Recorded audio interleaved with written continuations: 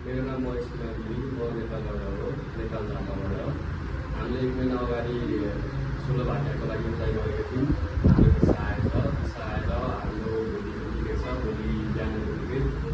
अनि हामीलाई बिएससी यो प्राइभेट लिमिटेडले हामीलाई राम्रो दिनुभएको छ 16 भाटियाको लागि। अनि हाम्रो भोलि थ्याङ्क यू बिएससी। हेलो, मेरो नाम महेश कुमार गिरी हो। म